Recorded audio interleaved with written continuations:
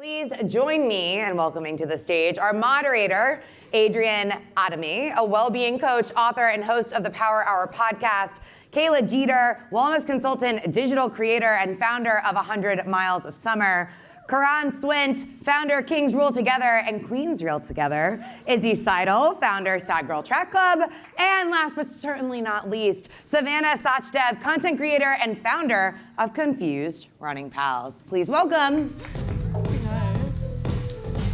Crack it. I feel like crack it. All right. Hi, everyone. My name's Adrienne Adhami. I'm from London. I'm really, really happy to be here with all of you. As a wellness coach, as an endurance runner, as a mother, I, like many of you, live a very active life. And over the last 12 years, running is something that has remained very consistent throughout that time. Running, for me, has allowed me to connect with new people, with new communities all across the world, to partner with apparel brands and fitness technology companies to learn more about the wearable devices and the platforms and the data that connects us to our movement and connects us to each other. And today, we're going to be talking a lot about community because it is people who keep other people active. So whether you are posting your weekly workouts, the good, the bad, and the ugly, whether you are creating communities that help others to see themselves within sport, it really is the human connection. It's the real people. It's that motivates us, that inspires us to lace up, to get out, to get moving, break a sweat, to upload those activities, and to connect with other people. So today, what we hope is that you will learn something new, maybe learn something new about Strava, and also about the tools within the platform, the features that you can use to create your own communities and to engage with them more. So we've got a lot to get through, and as I said, my panelists know a lot about community. So Izzy, I'm going to come to you first. Izzy, we've talked, I know you're a collegiate athlete and that running has played different roles throughout your life. Could you tell us all about your current running era? And of course, tell us all about Sad Girl Track Club. Oh no. Oh. Hello everybody, I'm Izzy. I would say I have really gone through a lot of different running eras, but currently it's very representative of Sad Girl Track Club, which is very unserious and, like Alicia said earlier, a little unhinged. And just to, I think it's important to note, so Sad Girl Track Club is a club that was really inspired by the relationship that I have with my sister Molly, and it really also draws back to our own relationships with running. So we both have been running now since we were in middle school and then high school, and then we both ran in college, and now I skipped you today. I'm very much a hobby jogger, and Molly is an Olympic medalist in the marathon. So although we are at slightly, different levels, really like not even taking into account the skill here, Molly is someone that was super important, and we always were able to really confide in each other when there were the highs in running and also the lows. Like, regardless of skill, runners, they go through this roller coaster of emotions, and it really is a roller coaster on your body. And Molly and I, it was really special to be able to talk about those things. But I noticed that it was very taboo, especially when we started to run, to talk about vulnerabilities with running and talk about injuries, and nobody talked about mental health. Mm-hmm. And Molly has always been very open as like a public figure talking about it, but definitely received like a lot of criticism also. And so I was like, why does this need to be so serious? Like, it's really not that deep at the end of the day. And I hit a point where I was like, we need to like talk about this. And so I realized it was exactly 2 years ago this week. I was like, I'm gonna talk about it, and naturally I did what anyone would do, which is create a raccoon meme account. And I called it Sad Girl Track Club, and it just was founded on really just sarcasm and self-deprecating humor and just really making, kind of poking fun at this like objectively silly sport that we all partake in. And so I posted the memes, and Molly and I both just started sharing them on our own channels, and it like very immediately popped off. And it was very validating seeing that like I know I am a little crazy and weird, and it turns out all of you guys are also a little crazy and weird. And so from there, it was really amazing to see one, like, people really resonating with the content, and then it super organically moved over to Strava because that was a place where people could contribute to the conversation. They could post about their own vulnerabilities in a very unserious way, which just hadn't really, I think, been done much before. And now it's so crazy that like they are the creators on that platform, and it's wild that like this silly like sad girl relationship that I have with my sister is now grown to this community of like thousands of people who, you know, when any single one of us is feeling a little down about ourselves, we all have each other to remind us that it's like not that serious at the end of the day. It's like just running. And I will note that you don't need to be a girl to be a member of Sad Girl Track Club. However you identify and wherever you are in the world, we all have a little sad girl in us. And you can't deny it. We all have some sad girl in us. So if you weren't a member before this, I hope maybe I just convinced you to join, but that's Sachdev Track Club. Thank you, Izzy. Savannah, I'm going to come to you next. So you've had a different entrance into the sport of running and found running more recently. So can you tell us about the role that running plays in your life?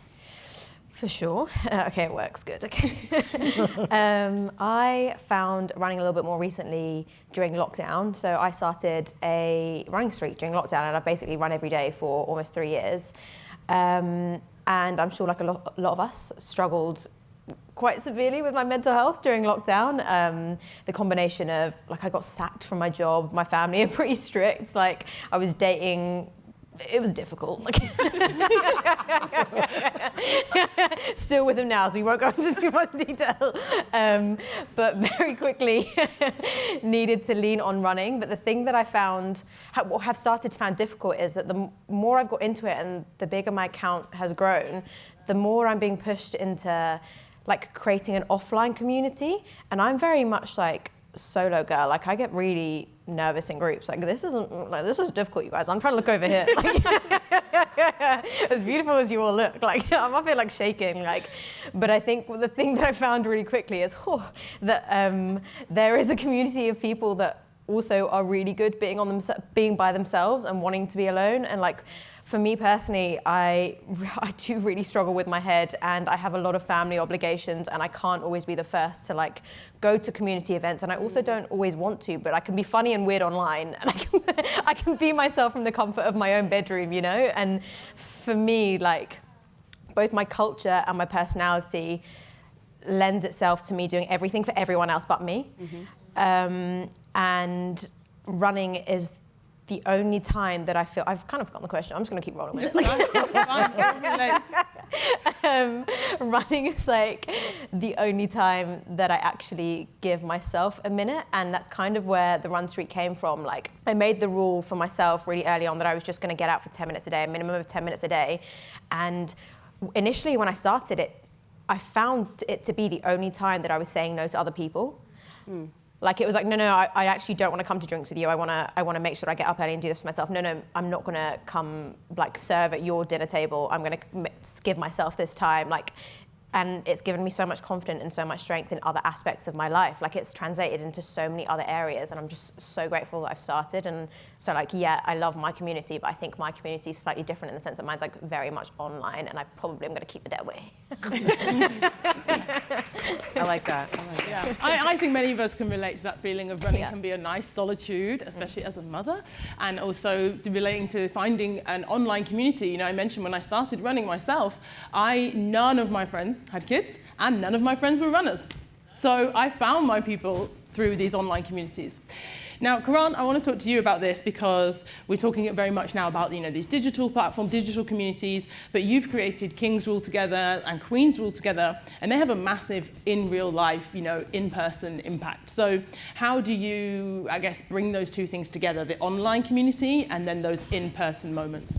Well, I'm totally different, I guess, because I'm a more hands-on type of person. Like I thrive on energy, crowds, and people. If y'all didn't know, I'm a cyclist. You know, I have a bike in my picture.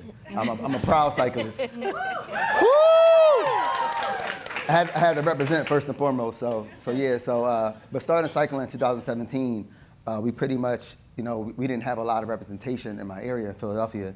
So, you know, I pretty much was hands-on with building up the community, we start getting pockets of people from all over. Hey, oh, you cycle, you're a cyclist too, so we all start coming together. And Strava actually helped out with that, because that became part of our conversation. We started off saying like, okay, meet us here on Sunday to ride at 9 a.m. Next thing you know, we giving you the gear, what you need. Go to this site to go buy your clothes. Hey, make sure you download Strava. That's where we document our miles.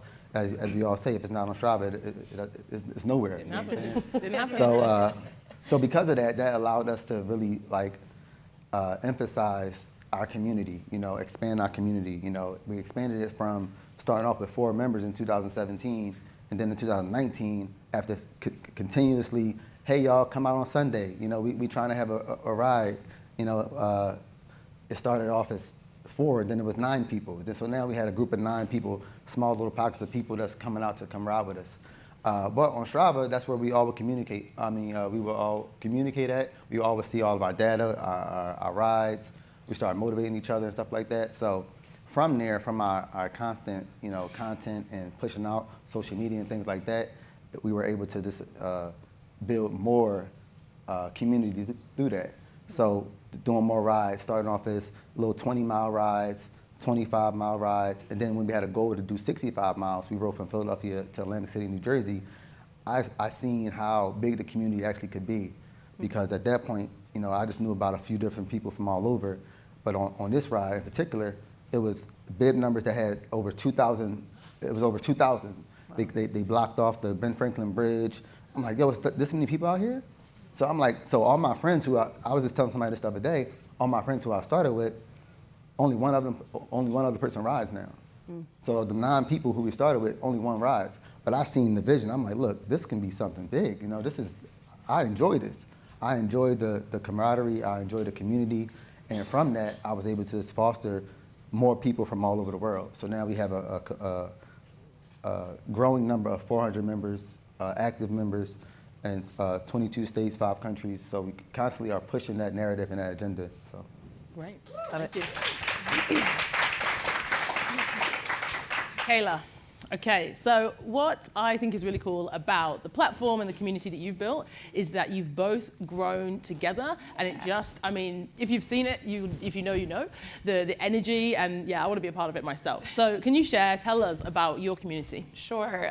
So how many people in the audience grew up as runners? Like you have a running background? Okay, a few of you. So for everyone else, you've probably gone through the identity crisis of not being a runner and maybe still don't identify as a runner based off of whatever the metric could be. So I grew up playing volleyball. I played professionally and I coached. And so running for me looked like 100-yard sprints during spring workouts or on the court. And so when I first got into just being a more active person in general, it was around strength training, performance training. And when I founded my challenge called 100 Miles a Summer 7 years ago, walk, run, jog 100 miles from May 1st to August 31st. It was the first time I ever got to choose to run. And of course, in your run, I was like, let's sprint every mile. Lunch break, ripping 5Ks for no reason. In that group at that time, there was 12 of us, and we were all former athletes looking for another way to hold ourselves accountable, to kind of rewrite this relationship with running, to figure out what's a way that we can challenge ourselves and stay competitive, but also knowing we also hate running. So what is the balance of that? And over the years, running has become such an important part of my life. It's helped me get through really hard times. My mom was passing away the second year of the challenge. The community showed up for me when I didn't think I could do it. The next year follows, we're in the lockdown, people are looking for the challenge, and I've been through the isolation, I was there for them.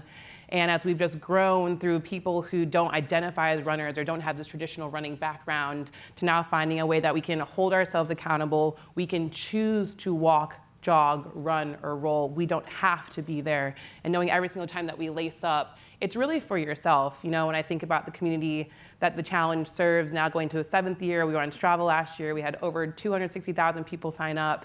And the challenge is meant for people who think they don't belong. They don't see themselves in this sport as far as competitively or performance. It's homogenous. It can be restrictive in access and time and privilege. It's just a way to hold people accountable to their health, especially in marginalized communities who don't feel like they're invested in the first place. So how can we use the tools that we have that have the access to take care of ourselves? And so through that, seeing every person that says, I'll never be able to finish 100 miles, that honestly, even if they don't get to 100 miles, that's not the point. 20 miles is better than no miles, and that means every single time you put one foot in front of the other, you're choosing to show up for yourself. And for anyone that doesn't know, she doesn't mean in one go. Yeah. This is a 100-mile summer, not 100 miles. Yeah. 100 miles across the whole summer. Across the whole summer. So it's 4 months, and you take 100 miles, you break it down to a month, 25 miles a month, 1 mile a day for 5 days a week. You know what I mean? And that counts your commute, that counts when you're chasing around your kids, that counts when you're just going on time for yourself. So I think continuing to make running, walking, jogging, rolling activity more accessible and part of a lifestyle, not just a moment. Yeah.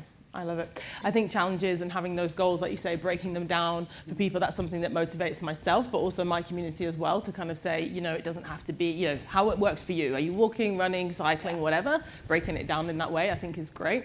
Now, when it comes to some of the features, some of the functionality, if anyone in the audience is thinking, I'd like to have a community on Strava, and actually maybe they have a small one, or maybe, people sometimes well, how do I start? Where do I start? And maybe they just build a group and then, is anyone going to join?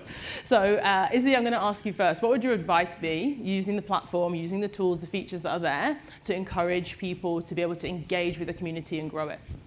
Well, I think one of the funniest things about my own community is that I didn't even start it on Strava. And I think it's just kind of a testament to, if you have a group of people that are passionate about something, it can't hurt to start the group. So the way it was started was that somebody that was a member of Sad Girl Track Club was we need a Strava group. And I was like, you're right. And they made it, and they made me admin of it. And so now I own the group. But I almost needed that little push of you should have a Strava group because it can't hurt. And I think there are so many people on the app that they want to feel like they are part of a community. And I think that's really at the end of the day why we are all here and why we've excelled in our spaces, because people want to feel like they're part of something. And a Strava group is amazing in that it doesn't need to be about you. It is about the group as a whole. And so if you're thinking of starting one, it's why not? I know people who have Strava groups who have 3 people in them. There are people who have thousands of people in them, and they still all serve a purpose. And I think regardless of how you want to use the group, personally, the Sad Girl Track Club group it's extremely active in that people just post on the news feed all the time. They're just posting things that they think are funny or that they saw on their runs. It has nothing to do with performance. It's just a bunch of friends posting about things we saw on our runs and joking around. And yeah, it just really can't hurt to put the content out there. Yeah. Yeah, I like what you said about the community kind of, they engage with one another as well. It's not the pressure on everybody saying to you, okay, tell us what to do. And I think you have your sad because, so sad because, ... And people then say why they're sad. And I feel even that as it might not necessarily seem like a feature, but essentially it is a bit of an on-ramp. It's almost like the question for the audience to give an answer, for your community to answer. So Curran, I'd like to ask you the same when it comes to what advice would you give to someone in terms of not only growing a community, but actually actively engaging with them? I think it's really important just to be real, be true. This is a lifestyle for myself, so I'm not doing nothing that I wouldn't do on a regular. So we constantly, if anybody know me or follow me on my Strava, they know that my batteries always die on my bike. So it's that's the one thing that I just be real, talk about it, or even talk about my run today.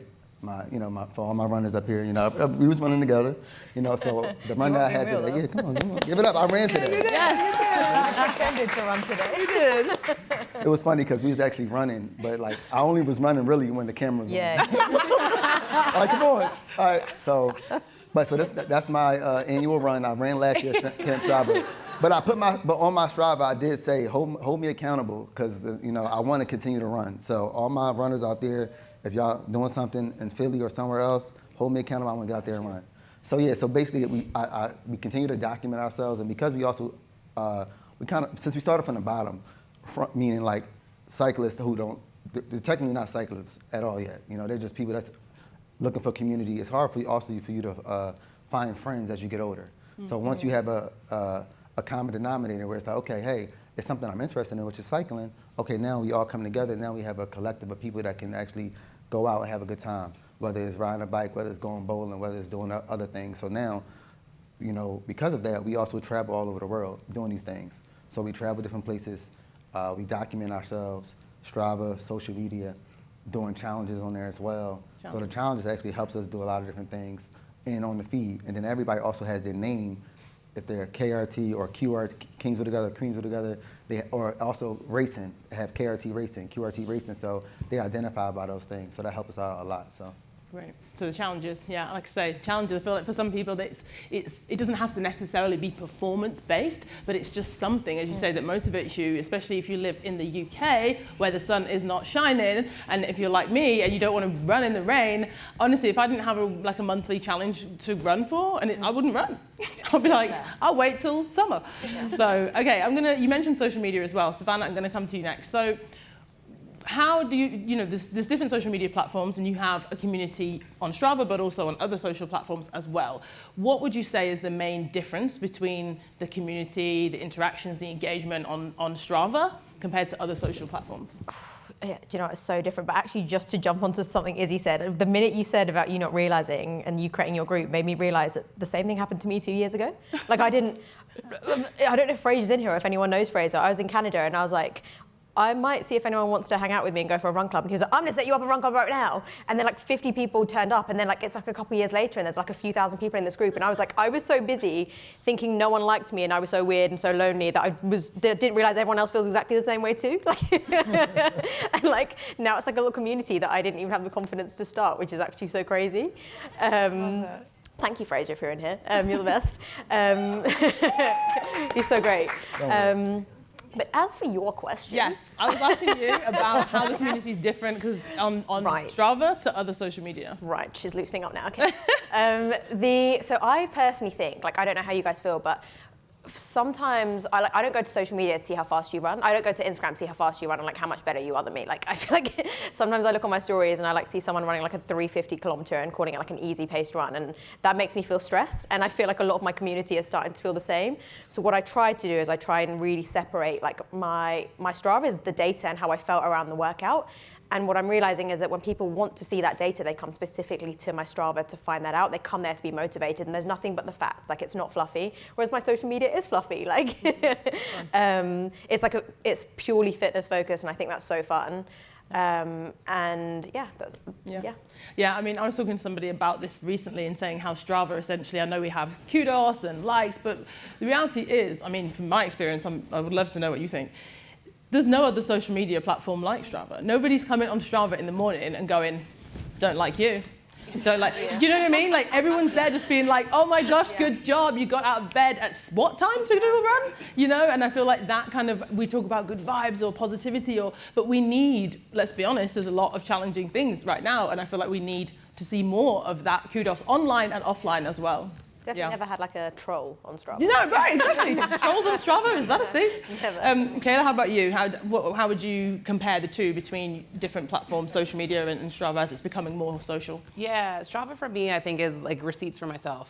It shows like where I'm showing up for myself, whether that's a walk, jog, run, lift. And I really love at the end of the year recap. I'm just like, yes, damn, I did a lot this year. Yeah. I was busy. No wonder I'm tired. Yeah. And also to see who I was able to share the year with, where I was able to travel to. And I think that's really incredible about Strava, thinking about my community in particular, is a lot of people aren't or were new to Strava. They weren't familiar with the platform, and getting people engaged with their own health and wellness, their own data, so they can track their own progress, not only throughout the challenge, but throughout the year. And when I think about Strava, there's so much inspiration there, and especially when you don't see yourself in spaces, you can't be what you can't see. And I think each of us on Strava, no matter how large your community is or whatever your following is, we're all possibility models, right? It's not a role model. You don't want anyone to follow you directly, but you want people to see you and be inspired. And that's what I think makes Strava really special. Yeah, I would agree. And does anyone else as well feel like the fact that it is, I guess, it's really live? Do you know what I mean by that? Like it's really live. So that on lots of other social media platforms, you can create great content, you can create cute content, even stories. It doesn't mean you just did it right now. It could be, whenever. Whereas I feel like the authenticity of people on Strava sharing what they're doing, when they're doing it, where they're doing it. Like you said, I love to travel, and my thing is like, I'm here. And as you said, that kind of real, authentic, this is happening right now, I think is something that a lot of other social media platforms have really lost. And therefore, I think people, the authenicity's kind of gone with it. What do you think, Izzy, about the difference between the platforms? So it's funny because I'm like the complete opposite with how I use Strava. Fun fact, I have not uploaded an activity in months. But what I love about Strava, and that's something that I personally do because I've gone through like, I went from a time of being like in the best shape of my life to now being not in the best shape of my life. And for me, that's something I don't really necessarily want to be tracking, but I love Strava because the group on that platform specifically, the creators are the community members. That is a platform where I'm actually consuming the content. I'm not making it. Like on all of the other platforms where I'm creating content for Sad Girl Track Club, like I am accountable for creating the content, but I love that it really gives you an idea of like, oh my gosh, there are faces behind this like following, because it's really hard to gauge as a content creator like that you have followers. You see a number on a screen and it does not equate to like people in a room. And on Strava, like on the Sad Girl Track Club page, there are people posting daily about the most random things, and it's so cool because one, it shows their location. Some people like to post their maps from their workouts, and you're like, oh my God, somebody in France just posted a run. And it just really gives you perspective on the fact of one, where your community is, how big it is, and then also allows them to partake in being like part of the club. So because I find that a lot of the Sad Girl Track Club members are very funny and entertaining, and I'm like, they're funnier than I am. Like I couldn't have even thought of that. So it's really entertaining for me to just be able to scroll through and be like, wow, I feel like I'm like knowing them now. So it's very not performance based. It is all like we're all just chatting online. Yeah, more of a conversation rather than just a broadcast. Yeah. So, Curran, I'm going to go back to your events because, like I said, this is all online, and you really bring people together in the real world. So, can you tell us a little bit more about, again, whether it's building routes, whether it's challenges, maybe even just like the before the event, the during, and even the after of what that typically looks like? Well, because we simply like, we allow people to start off from the bottom. We essentially have, beginner rides. So everything on Strava is like beginner rides. We got ice cream rides. We have Jen is doing a Mountain Monday ride where it's like hill repeats for people that's not necessarily want to do the hill ride on Tuesday. And then we also have foodie rides. So a lot of these stuff is like gearing people up for success pretty much, because a lot of people may not want to actually get into and jump right into racing or jump right into the hill rides. We got to slow walk them in. So it's like because of that, we document it on Strava. We put it on events. We have weekly rides. And then by doing this, essentially it wasn't necessarily trying to expand into other cities. It was just people seeing what we're doing. They say, hey, would you be interested in doing something like this in another city? I'm like, not really. And then 2 months later, we have 50 plus members out in Virginia. And now we have 30 plus members out in LA and stuff like that, just by simply just like doing what I love to do. You know what I'm saying? So it's like, and even with like QRT, naturally, it was just like a bunch of guys getting on Sundays, riding around, getting breakfast, putting French toast in our back pockets, Seriously, because we couldn't eat it all, because we was just literally getting like a bunch of turkey, bacon, egg, and cheese, and all this type of food. We was just, it was a good time. So this bonding over that really essentially allowed us to create a better overall community, and just like consistently just documenting it, putting on Strava, telling our stories, being real, being authentic, just allow more people to want to be involved. So yeah, great. Savannah, I'm going to come to you now to talk about this running streak. So you mentioned already, you said, okay, in lockdown, I thought I'll just run every day, Today is day 1,063. 1,063. Take a bow. Yes. 1,063 days of running. So I guess I don't want to even put words in your mouth. I want you to tell us what the running streak is about, because I heard you say recently that you're not encouraging other people to do a running streak. You were like, I'm just out here. I don't know how long you're going to do it for. I don't know if you even know. Tell us about the streak. I haven't got much. Like, Don't know? You don't know? I actually feel like a bit of a fraud. Like it doesn't feel like anything special. I feel like I've just found what feels really comfortable for me and my body. I feel like as women, we're constantly told like to do this workout, eat this way, just do all these things. And it like started in lockdown where I would literally just run to the Asda down the road for 10 minutes and get myself some sweets. And I have a really big sweet tooth. Like if you please follow me, like you'll see that. Like, and it just continued to evolve. And what I found is like 6 months down the line is that where I was going like so comfortably slow, it wasn't for anyone else. It sat really well in my body, in my conscience. Like it was the one time that I felt the most myself. I felt the sexiest, the most creative. Like, I don't know if anyone else gets this, but like when you have anxiety, like you just feel so uncomfortable in like who you are sometimes. And it was the only time that I just felt still, weirdly. Like even like we just went for that group hike run this morning and it was great and I had the best time, but I had to come back and I had to like, I went and sat in the gym for 10 minutes by myself because like my body was kind of shaking because I'd done a little bit too much small talk. And I saw the treadmill and I was like, I'm gonna get on that for 15 minutes because it's gonna stop me from feeling so nervous. It's when I feel the most myself and it feels like my body's doing what it's supposed to do. And I think like, it's just taught me that everyone needs to find their movement. It doesn't matter what it is. You want to go do Zumba, do Zumba. If you want to run around after your kids, run around after your kids. Just like figure out what feels right and sits well in your body. I wanted to jump in, and ask a bit more, and this is kind of for everyone as well, actually. Do you you're saying then it makes you feel like it's for you, right? Which is great. But I think for some people, especially for some creators, if they have, they've grown a big audience, you have a big following, people feeling like a depression now. So it's like, okay, I built this thing and maybe I thought 5, 10, 50, 100 people might join and then it's thousands. And then they feel a pressure as that creator to go, well, now I have to show up today. And, I've felt this certainly in the past when I mentioned to you all when we met that, I was ill at the start of the year and I couldn't run. And when so much of your life and identity and work is around running and then you can't do it, there's sometimes you said the word, fraud, or we feel like we're imposters because suddenly, well, you're the runner, you're not running. So does anyone ever feel that either a pressure to go, well, you started this community or you started this challenge and then maybe one day you're not feeling it and you can't, we're not robots, we're humans. So do you ever feel that pressure to kind of keep the streak going or not?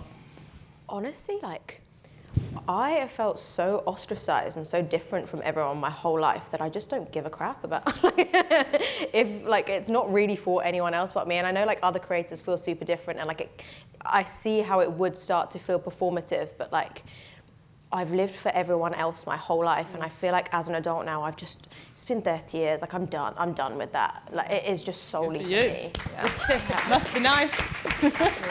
Kayla, you were kind of nodding along. Anything to add around that feeling of maybe a bit of pressure to, lead, show us? Yeah, I think as someone that has been in leadership roles throughout sport and life, and even with my sisters, I'm the caretaker. I'm always very similar to Savannah, the one that's putting everyone before themselves. And so 100 Miles of Summer was honestly never meant to grow to what it is now. Now it's more work. I'm very proud that we're 7 years in, but the one thing I try to be very conscious of, even in the content creation space, is continuing to show all parts of me. That way, as I grow, as we talked about before, my community understands, yes, Kayla runs, but those who know me know I'm a gym girly. I'm a muscle mommy to my core. Okay. I just happen to run also, you know what I mean? And the term that's really popular right now is hybrid athlete. I'm like, well, no, you're just a holistic person. We do more than one train, thing. you run, you cycle, you're a human that likes to move. And I think for me, it's really important that my identity doesn't get wrapped up in what I do, and who I am is way more important. And encouraging my community to do the same. We talk about sleep. I really push recovery and hydration. All the things I do are just an aspect of who I am and don't define who I am. I love that. Great. I'm taking notes, everyone. Taking notes for myself.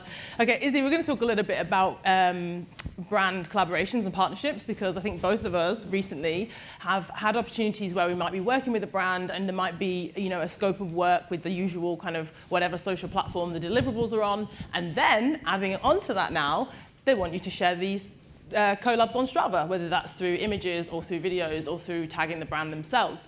So could you talk to us about, I guess, an example, maybe, if you're happy to do so, of a successful brand partnership, and how, if people want to create those partnerships for themselves or for their communities, how did that go for you? Yeah, so my background also, I'll note, is that I used to work on the marketing side and the branding side with like athletic apparel brands. And then I moved over to being a content creator because honestly, I worked with a lot of influencers and content creators when I was on that marketing side where I was like, I kind of want to do that. And I will say one of the greatest things I ever could have done was start a community, because brands want to work with people that have a community and have something that is bigger than yourself. And I, as like now a full-time creator, I would say about 50% of the like paid deals that I do involve Sad Girl Track Club. And I love that one because it's really amazing being able to, like, if I'm, say, leading a run or something, I hate when it's like a run with Izzy Seidel. I want it to be a run with Sad Girl Track Club because we are all here as a group. We're not here to like follow along the influencer. And I think it's just a really powerful thing to be able to have people that like identify with a group. And a lot of brands, they really want to work with communities. And it's really a testament that like you don't need to have a huge following. It's about the engagement. It's not about the numbers. And so yeah, I think like I started Sad Girl Track Club very much like as a joke. I remember Molly, she was like, Izzy, we need to get you a hobby. And I'm like, cool, this is both my hobby and my job. I think I'm really glad that it was kind of just like a spontaneous thing that ended up being a really valuable like asset to have as a creator. So having a community, no matter how big or small your following is very key these days for brand partnerships. Yeah, I think if I could add something as well, I think maybe, I guess on the flip side, there's so much benefit to doing that. But I think, as you said, having that community and knowing the purposefulness of the community, and like you said, Curran, like the why and the real kind of like authentic version of why we're meeting together. Because you hit on an interesting point. You said, brands want to work with communities, and it's like, yes, they do. But does the community will they benefit from the brand? And I think, is there an opportunity there? When there is, when it's authentic, when it feels like this is really aligned, when the values align, and when you feel as though actually this is additive for this community, not just, a lot of people, I don't know if it's a London thing to say like giving back, but it's like, what does that actually mean? And actually, can you support this community? And like you said, for people of underrepresented groups, can we help to really support this community with this partnership so that it works for both sides? I think is really, really key as well. Anything to add, anyone else on that? I will note too, I think what you're saying with like, personally, with Sad Girl Track Club, like I definitely work with brands that are very indicative of like the running thing, the being active, the wellness type thing. And I think that it's like, it's actually really amazing for people to work with a brand that helps give a creator the infrastructure to put together an event. That's something that I really appreciate because I'm just a regular schmegular girl that like really can't figure out how to put together stuff. And it's really amazing to be able to have a brand help back you and say like, hey, we want to help your community come together. We want to help you put on an event. So because it's hard when you're just like alone.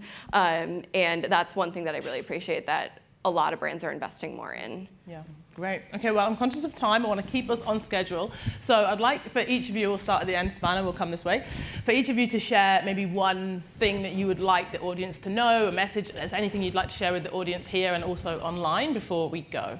For sure. If I've learned anything over the last couple of years, it's just that it doesn't need to be like necessarily fitness related, but giving myself a minimum of 10 minutes a day to focus on myself on anything, I think has been like so incredible and has given me so much more direction. So I think like whatever it is that you've been putting off or the thing that you already love, if you can commit to it for 10 minutes a day, do you realize how good you'll be at that thing in like 3 years time? Like, I think just like start, just give yourself 10 minutes a day.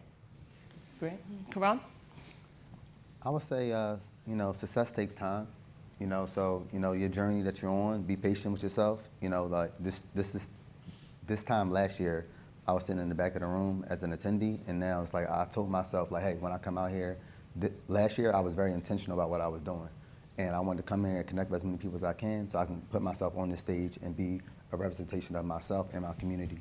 So.